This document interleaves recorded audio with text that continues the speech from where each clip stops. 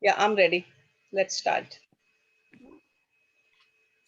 Om Guru Brahma, Guru Vishnu, Guru Devo Maheshwara, Guru Sakshat Parbrahma, Tasmai Shri Guruve Namaha. Om Bhuvah Swaha Tatsavitra Varenayam Bhargo Devasya Dhimahi Diyo Yo Naha Prachodayat Asto Ma Satgamya Tamso Ma Jyotirgamya Mrityorma Amritam Gamya ओम सहना भवतु सहनौ भुनक्तु सवीर्यं करवावहि तेजस्विनावधीतमस्तु मा विद्विषावहि ओम शांति शांति Shanti Om. So today is Vivekachudamani day. Starting from verse number 154, we've been seeing how Shankaracharya ji is negating the koshas. So he started out with the food sheath, Annamaya Kosha, with verse number 154 and then 155 and now 156 also. So Annamaya Kosha. Let's start with 156.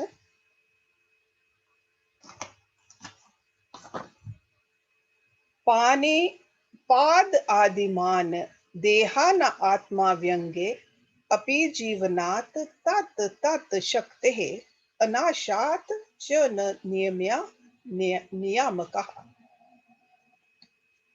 So pani means the hands also, arms also. Okay, pani. So this pani doesn't mean water. Pad adiman, legs, etc. Deha, body. Na means not. Atma, the self. Vyange, when amputated. Api means even. Jivanat, because it lives. Tat tat shaktehe, of the functions of different limbs. Anashat, due to non-destruction. Cha means and, na means not. Niyamaha, subject to the rule. Niyamakaha, the ruler. So the body which is made up of arms and legs, etc., or hands and feet, etc., cannot be the Atma. So this is the argument he is making over here. So the body which is made up of arms and legs, etc., cannot be the Atma. For even if these organs are amputated or removed, it continues to function efficiently. It is thus subject to the rule of another and cannot be the Atma, the ruler of all. This body of ours is constituted of limbs we are familiar with, and even if the limbs are amputated, the body continues to live. So life is not hands and feet.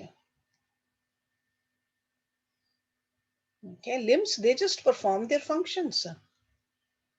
One limb cannot perform the function of another. We cannot eat food with the legs. But the self which we talk about, the Atma, is omnipresent. This body is regulated, controlled by this subtler personality, which is called Atma. So that which is controlled by other cannot be the Atma, the controller of everything. Okay, so this is the argument he's making. He says, I am not the body, or I'm not the Annamaya Kosha. Now let's look at next verse over there also. He is again making the argument about this Anmay Kosh. Deh tad dharam tat karam tat avasthadi sakshinaha sataha ev swata siddham tat velakshnyam atmanaha. Deh is the body, tad dharam, its qualities, its characteristics, dharam. Tat karam, its activities, actions. Tat avasthani, its states of existence, etc. Sakshina, of the witness. Sataha, of the nature of existence. Ev means indeed, swataha siddham, self-established or self-evident. Tad vilakshanam, distinctness from other. Atma means of the self. It is a self-evident that the Atma is the enduring reality. That it is different from the body and its characteristics, its states and activities, that it is a witness of them all. Okay, so Atma is it witnesses everything. It is a witness of the body, its nature, its activities, its states, etc. So whatever body is doing, Atma is witnessing it. That's all. The seer is always something other than the seen. We got to always remember that we are the seer. Body is the seen. So it becomes clear that the Atma is something other than the body and that the body is not the self. So this is another argument Shankaracharya ji is giving. Okay, make it clear for us. Now let's look at verse number 158. Shalya Rashihi Mansaliptaha Malpurnaha Ati Kashmalaha Katham Bhavet Ayam Veta Swam Etat Vilakshanaha. Shalya Rashi, packet of bones. Shalya means bones. So packet of bones. Mas liptaha, covered with the flesh. Malpurna, full of filth. Ati kashmalaha, extremely impure. Ati means extremely. Katham, how? Bhavet can be. Ayam, this. Vetaha, the knower. Swayam, itself. Etat, from this. Vilakshanaha, distinct. So he's asking this question which we need to ask ourselves. How can the self-existent Atma, the knower, ever be the body, which is a packet of bones covered with flesh, full of filth and extremely impure? Because this is what the body is. Constantly there is a mal seeping out of it. In the form of the tears, in the form of sweat, in the form of diseases also. So he says, how can that be Atma? Atma is ever pure. There's no filth in the Atma. There's no flaw in the Atma. So this body, which is just bones and the flesh and the filth, cannot be the Atma. It is always distinct from it. So there's a clear separation between the body and the Atma. And Atma is the one which is really seeing, and body is the seen. Got to keep that in mind. So the framework of bones, plastered with flesh, filled with fecal matter, all the times, it's most impure. So it's like a container and the contained. So he's talking about what filth is inside, bones and the flesh is outside. So the container and the contained are both filthy. How can this be ever pure? All-knowing principle, the Atma. Something to think about.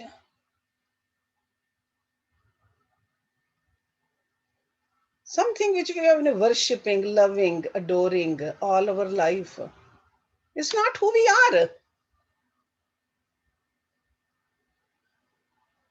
Okay? Have to take care of it, but not get attached to it. This is the meditation we need to do.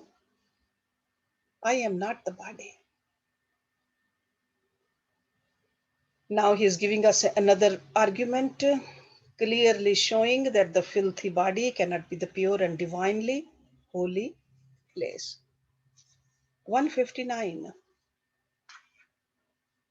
त्वक् मांस मेदा अस्ति पुरीशराशो अहंतिम मूढ़जना करोति विलक्षणम वेति विचारशीला निज स्वरूपम परमार्थभूतम. Twak means skin. Mass is the flesh. Meda is the fat. Asthi is the bones. Purish Rasho, with the mass of filth. Ahamtim, identification. Moodjana, the foolish man. Moodjan. Kroti does. Vilakshanam, distinct. Veti knows. Vichar Shilaha, the man of discrimination. Person who reflects upon it. Vichar Shil. Nij Savarupam, his own nature, his own self. Paramarth Bhutam, the absolute reality. The foolish man identifies himself with this skin, flesh, fat, bones, and filth. I mean, how much more direct a guru can be? If you still don't understand, then he says you are a fool. The foolish man identifies himself with the skin, flesh, fat, bones, and filth. But the man of discrimination knows that his self is distinct from the body, unique, and the only reality. Only reality. Paramarth Bhutam, the absolute reality. So those people who have the habit of correct analysis, right thinking, consider themselves intelligent. So are they thinking like this? Can they see the separation clearly or not? So we need to develop this correct analysis, right thinking. Only then we can be pointed towards the reality, the absolute reality, which is supreme truth, pure consciousness. Then we know that it's not the body, it's nature. Atma is distinctly different, vilakshan, from the body and its component parts. He's still not done with it because he knows how we have been identifying with this body for lives after lives. That's why he is spending so much time on this one, that we are not the anme kosh. Deha aham iti ev jadasya buddhi dehe च जीवे विदुषः तु अहम दि विवेक विज्ञानवता महात्मना ब्रह्म अहम इति एव मति सत आत्मने. So this is verse number 160. Deha, body. Aham, I am. Iti means thus. Ev means alone. Jadasya, of the foolish. Buddhi, thinking. Dehe, in the body. Cha means and, jive, in the jiva. Vidushaha, of the learned. Tu means but. Ahamadi, the I notion. Vivek Vigyan Vata, one possessing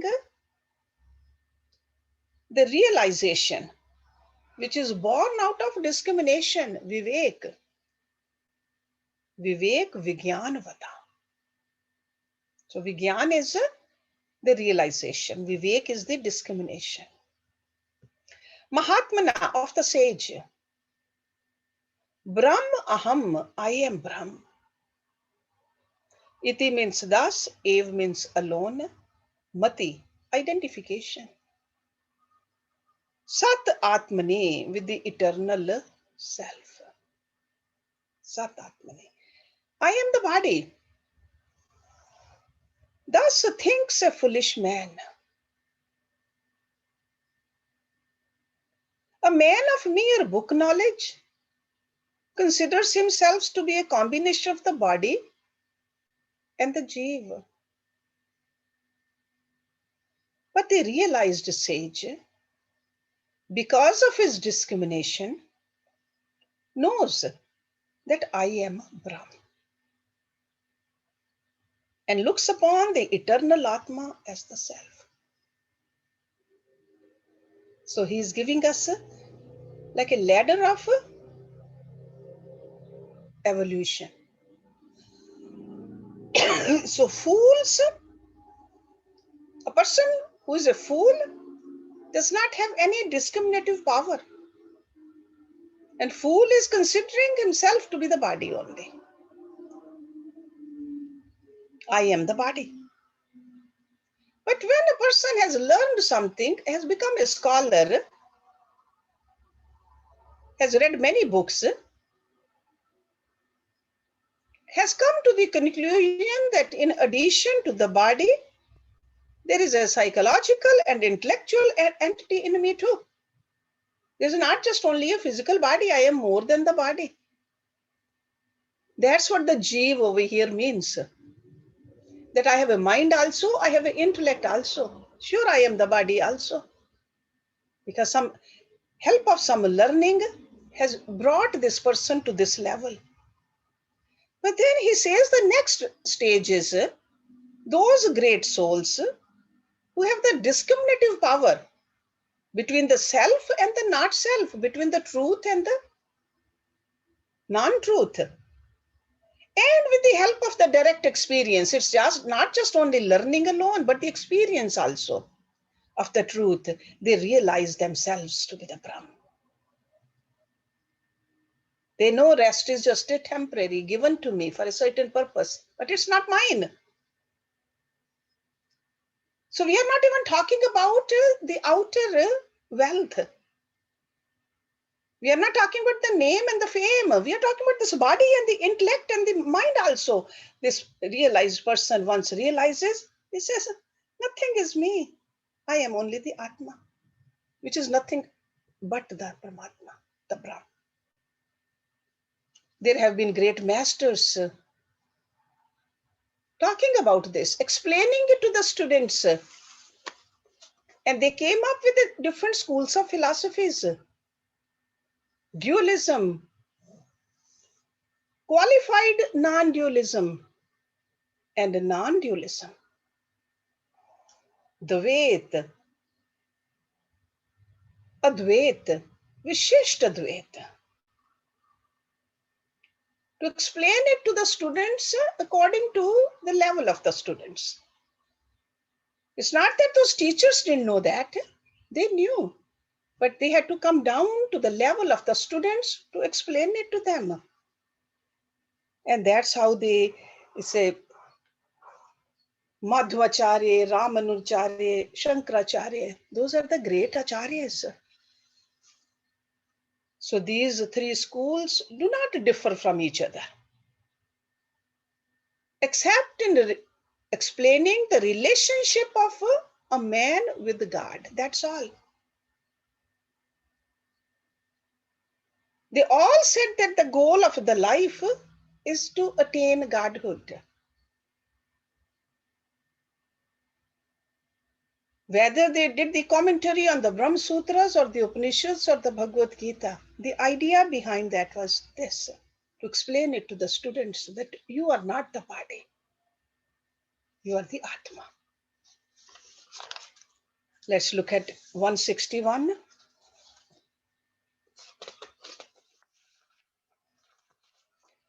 Atra atam buddhim त्यज मूढ़ बुद्धे त्वक मांस मेधा अस्थि पुरीश राशो सर्वात्मनि ब्रह्मणि निर्विकल्पे कुरुष्व शांतिम परमाम भजस्व. Atra, with this, Atma Buddhim, identification, Tyaj, give up, Mood Buddhe, O foolish one, Tvak Mans Medha, Asthi Purish Rasho, with the mass of skin, flesh, fat, bones, and filth. We are all familiar with these terms now. Sarvatmani, the self of all, Brahmani, with Brahm, Nirvikalpe, non-dual, absolute, Kurushva, do or identify, Shantim, peace, Paramam, supreme, Bhajasva, enjoy or gain. He says, cease to identify yourself with this packet of skin, flesh, fat, bones, and filth. This is the very basic thing we need to do. Cease to identify, stop to identify. O foolish one, instead identify yourself with the absolute Brahma, the self of all, and gain the experience of supreme peace. We all want peace, and he is giving us very clear directives over here how to attain peace. Because all kinds of turbulence comes from this body. We get attached to this body and then we get worried. He says, identify with the absolute, because that's who you are. So in this verse, Shankaracharya is advising us to give up our false and painful identification with the anatma. See, one is atma, the other one is anatma. Atma is the self, anatma is everything else. The idea that I am the body is to be totally renounced. Totally. That's why he's using this very strong language. That's a packet of filth. This sense of I-ness should be redirected into the right channel. We are, but who we are, we just have been mistaken about it. So fixing the identification in Brahma, which is the Atma, the self, only then you can experience the peace. Otherwise, there's no peace. There could be a joy, fleeting joy here and there, sensuous pleasure here and there, but not peace. Okay? Because cause of all the sorrows is this anatma.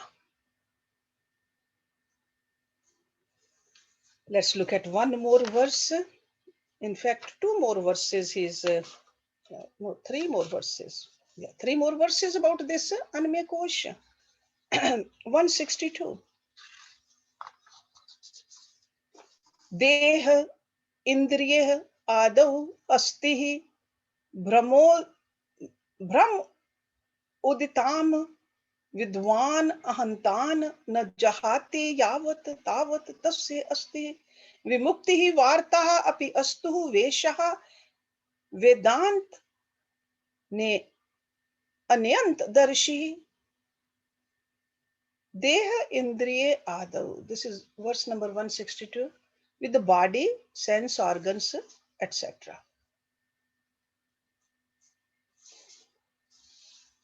Asti, unreal. See, sat means real, asat.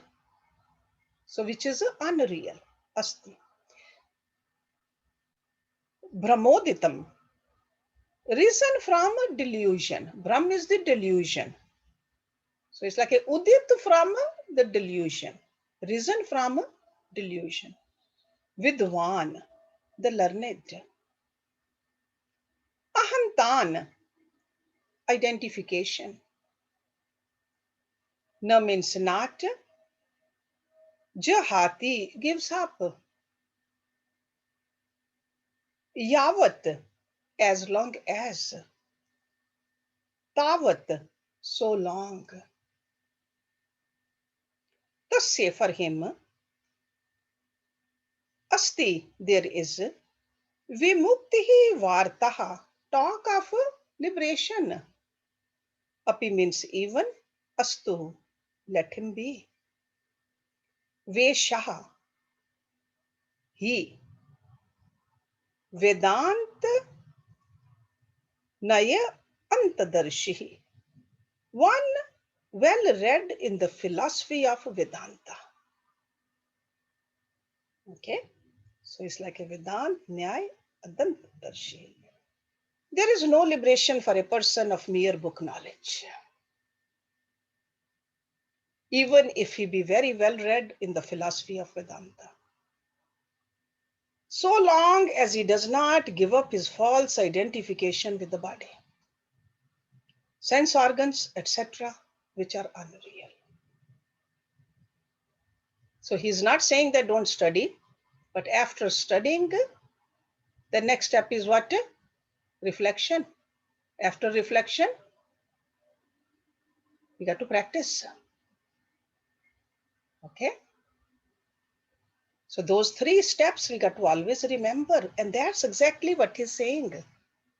Liberation is not going to happen just by reading. And we cannot practice unless we reflect. So there's no liberation for a person of mere book knowledge. So just being just a Vidwan alone is not enough. A scholar alone is not enough. Even if he be very well read in the philosophy of Vedanta, so the books are great. The person who's reading is also doing a great job. But if he does not give up his false identification, because that's what the practice is, false identification with the body, sense organs, etc. So non-identification with the false, that has to be done in order to experience the reality. Okay, so this is like when we identify ourselves with the body and the sense organs or anything anatma, we are showing our ignorance, spiritual ignorance. And that is the cause for our delusory identification with all these matter envelopment and the bondages. So unless the cause is removed, the effect cannot be removed. So that's why very carefully we need to note that what is to be given up is the identification with the body. It's not the body we have to give up. It's the identification with the body. That's what we need to give up. So not the body. It's not that after we leave this body, we are going to be liberated. No. Even after we leave, still we are identifying with the body. So this non-identification, this practice, this sadhana needs to be done while we are in the body. So if we don't practice it, we are nowhere near the self. If the identification with the body persists. Okay, so let's look at next one, 163. छाया शरीरे प्रतिबिंब गात्रे यत स्वपन देहे हृदि कल्पितांगे यथा आत्मबुद्धि तव न अस्ति काचित् जीवत शरीरे च तथा एव मा अस्तु. छाया शरीरे, with a shadow body. Pratibimb gatre, with the image body. Pratibimb. See, chaya is the shadow. When we walk, behind us is the shadow. Okay, sometimes it's in the front, we see the shadow. Pratibimb is when we see ourselves in a reflective, it could be a mirror, it could be a still water. Pratibimb. Okay, so with the image body. Yat means that which. Swapne dehe, with a dream body.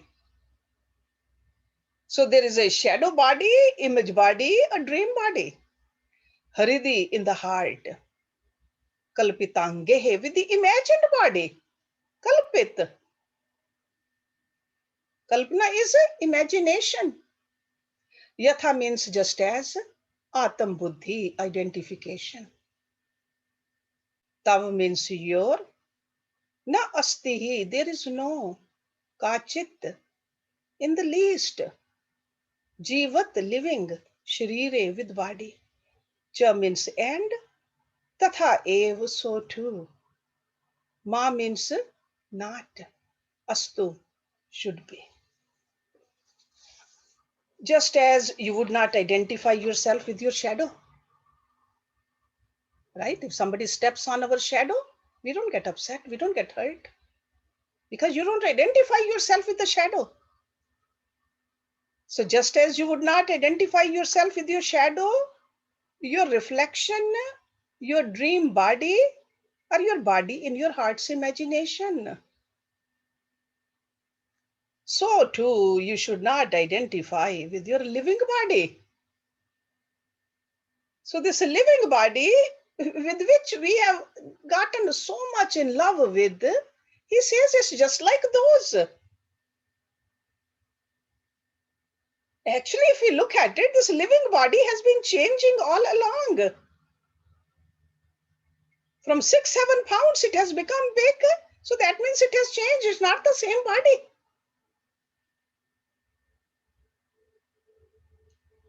So he's giving us a very strong verse over here to think about.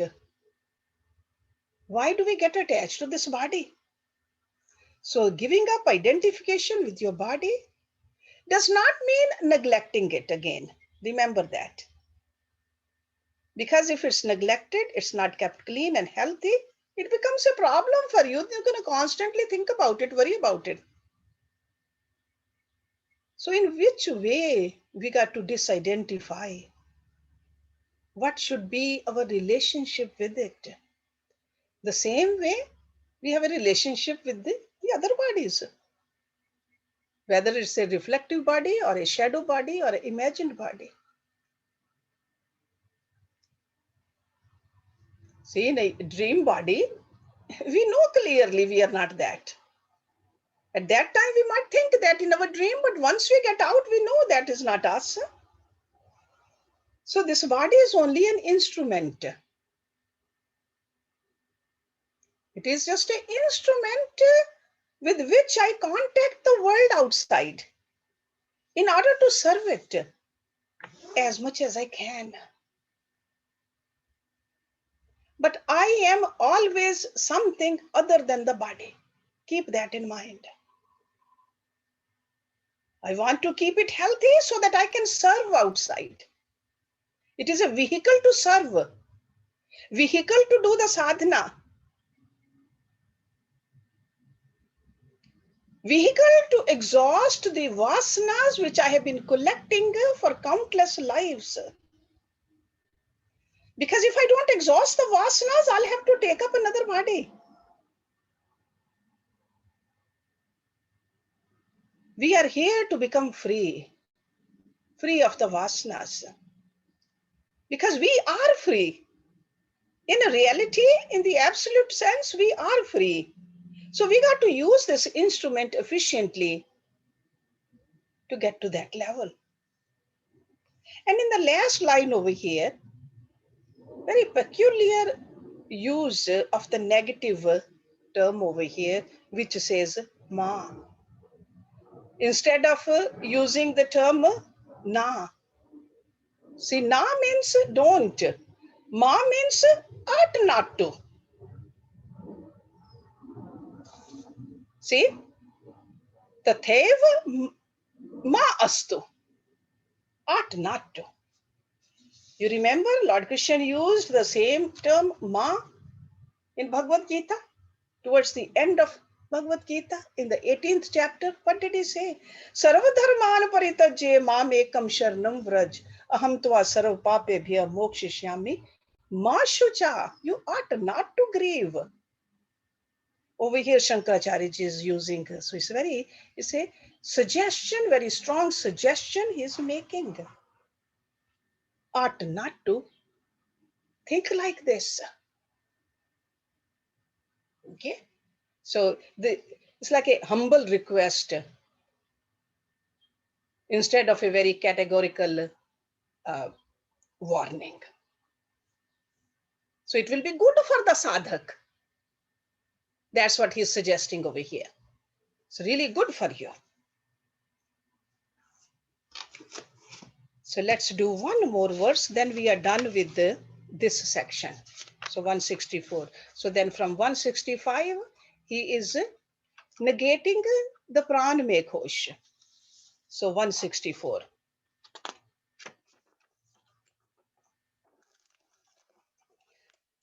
देह आत्मधी एव नृणाम असत धियाम जन्मादि बीजम दुख प्रभवस्य यथा तथा त्वं जहीताम प्रयत्नात् त्यक्ते तु जिते पुनः भवाशः. देह आत्मधी, identification with the body. Ev means alone. Nrinam for the men. Asat dhyam, attached to the unreal. Janamadi, of birth, etc. Bijam, seed. Dukh, prabhavasya, of the rising of sorrow. Yata means since, tataha means therefore. Tvam, you. Jahi, destroy. Tam, it. Prayatnat, with all efforts. Tyaktehe, when renounced. Tu means but, chittehe, the mind, na means not, punha, again, bhavashaha, chance of being born. Okay, see, asha means so hope, bhav means be, so or born. So chance of being born. For those who are attached to the unreal, anatma, identification with the body is the seed from which the misery of birth, etc., stems forth.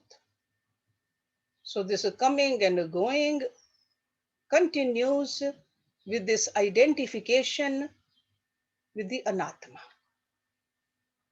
If you want to end this journey, end this coming and going, we got to stop this wrong identification. So for those who are attached to the unreal, identification with the body is the seed. So seed means this is the vasana, from which the misery of birth, etc., stems forth. Therefore, put in all your efforts to destroy it. There can be no chance of rebirth if this identification caused by the mind is renounced. Okay. So this verse concludes the reflection upon the body. That's what he's trying to do for us. are making us do it. So starting with verse number 154 all the way over here. Because he has been telling us this body, like other objects in the world outside, they go through the changes. Birth, growth, disease, decay, death, that all happens to this body. And every change has inherent pain and discomfort. Birth is painful, death is painful, growth is painful, old age is painful. So every time it changes, there is a pain and discomfort.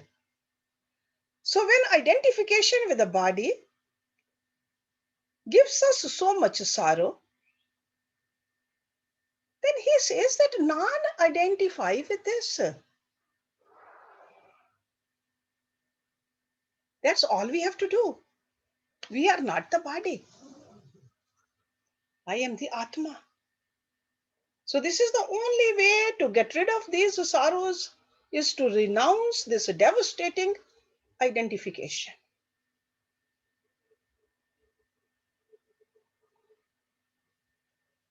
And majority of us, even after knowing this, we just keep on living our life like this. We have been living many past lives like that. So he says it's not going to happen by itself, non-identification. That's why he used the word pratanat over here. Effort needs to be made. So this is the strong advice he's giving it to us. Practice, which is a sadhana, and we got to use the power of our will, which is a prayatana. That's why time and again we are required to study, we are required to reflect, to feel and think, to contemplate, meditate, that we are not this body. We are the supreme reality. Because when this study and contemplation has taken deep roots in our understanding, then what happens is the glimpses of the reality comes up. Because it is real, it is there, but we have not made any prayatan, we have not made any effort, we have forgotten about it. So once we have this experience, the realization, then there's no becoming. Becoming really means getting subject to change. We know we are the being, we are not becoming with the help of the prayatan. So when this idea that I am the body is removed from the intellect, when the subtler equipment is disengaged from the body, then there's no other vasanas in the inner equipment. Okay, so this was the analysis of the Annamaya Kosh, the body sheath, over all these verses. And next week we will see how he is explaining the Pranamaya Kosh. Then he is going to the Manomaya Kosh, then Vijnanamaya Kosh. So it's just negating all these sheaths. But since we are greatly attached to this body sheath, so that's why he has spent so much effort into this, so that we can practice this. So at the end he says practice it. It's not just only the knowledge alone, practice it. So we'll stop it here and have some discussion. And then after that, I think Kamla is supposed to sing today if she's there. So then we'll end the class. Om Purnamada Purnamidam Purnat Purnamudachyate Purnasya Purnamadaya Purnameva Visheshyate. Om Shanti Shanti Shanti Om. Thank you very much. Urmilji has a question. Yes, Urmi. Okay बड़े ध्यान से सुन रही थी सारा अन्नमय खोज, पर ये जो कहते हैं ना कि final message is the same, you are not the body but the Atma. और फिर आपने अभी last verse में कहा कि we have to be able to keep practicing, contemplating till we start getting the reflection of the Atma, that we start visualizing and seeing the Atma and forget about this body full of flesh and filth. If the Atma so pure is within us, why is it surrounded by filth and flesh? I mean, why have we, it's like putting the Atma in a safe deposit. Why should we have a dirty safe deposit? Why should we call the safe deposit dirty and whatever? Because the functions of the body are what are going to give us the intellect eventually, the studying and the body and the whole works, to be eventually be in touch with the Atma. Why disregard the body to that extent? Yeah, no. First of all, he's not saying disregard, but if we call this body so beautiful, when we call it so pure and so good, then we won't disidentify from it. So in order to bring our attention towards disidentify, isn't there filth in there? Even when we eat the food, nice food, organic food, freshly cooked food, once we put it into the mouth, if we take it out, we don't even want to see it, let alone anybody else. It becomes filthy. Right? So just to bring our attention towards this, don't identify with it, he's saying it's a filth, and it is filth actually. It is full of filth. It's not that pretty sight. What do we do when we go to the bathroom? Don't we right away flush it? Where did it come from? From inside us. But we don't even want to see it. We want to flush it, throw it out. Okay?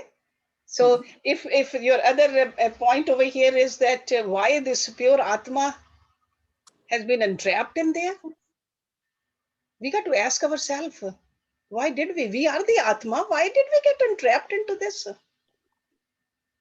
What did we do? We got attached to the non-self. We made the changing the non-self as our permanent goal. And that's how we forgot who we are. Okay? So it is a filth, no matter how we look at it.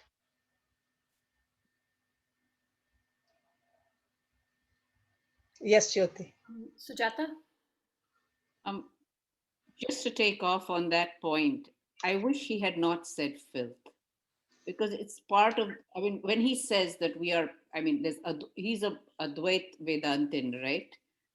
And it's part of the cosmic whole, and it's part of a process. The same filth gives you plants and food later on, So I would have, I feel like he should have said, this body is an instrument that, All right. I wish he had said that. I mean, To me, I think, yeah, we can all have our own opinion about it, but this is what he said. Right. I know, I agree. But I mean, that's when this is what he said. And to me, I think to make a point, sometimes the strong language needs to be used. Otherwise, even after listening to this kind of a language, we are not ready to embark on this journey wholeheartedly.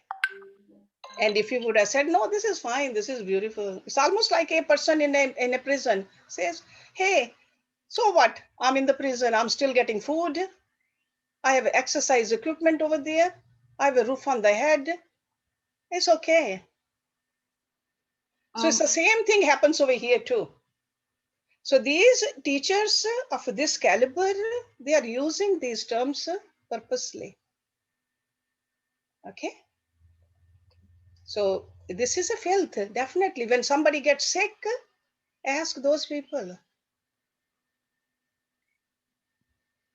See, when everything is going hunky-dory, sure, there's no problem.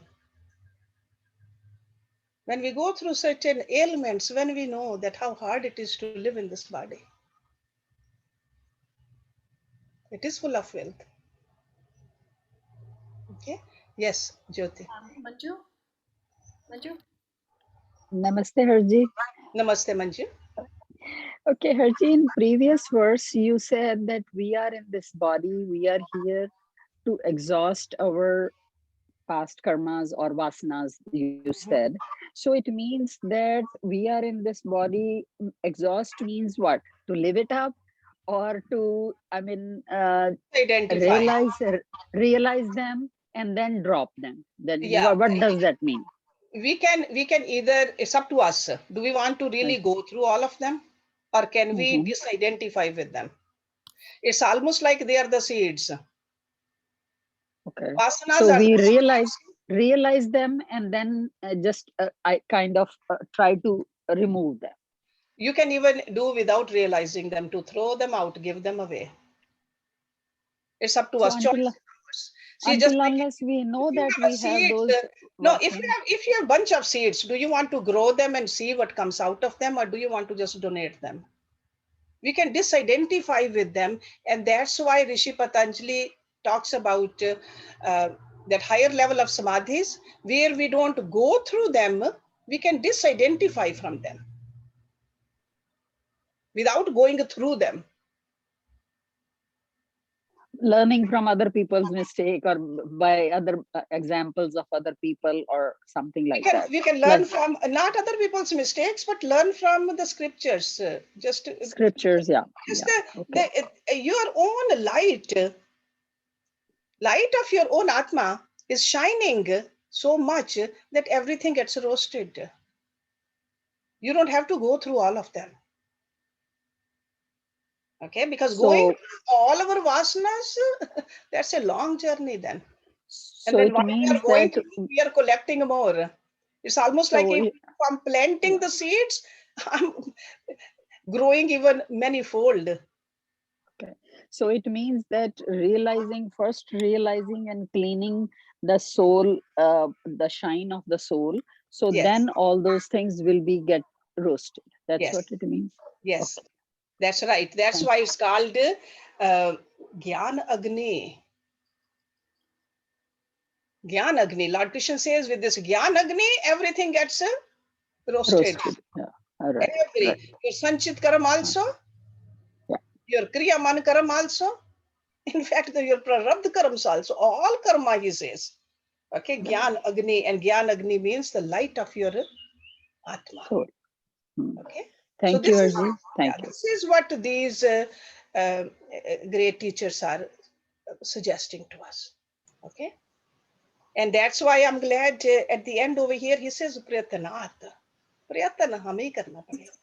It's like in the chapter 1 of Patanjali, towards the end, when it says Ritambra or something. Pratagya. Yeah, Ritambraha pragya.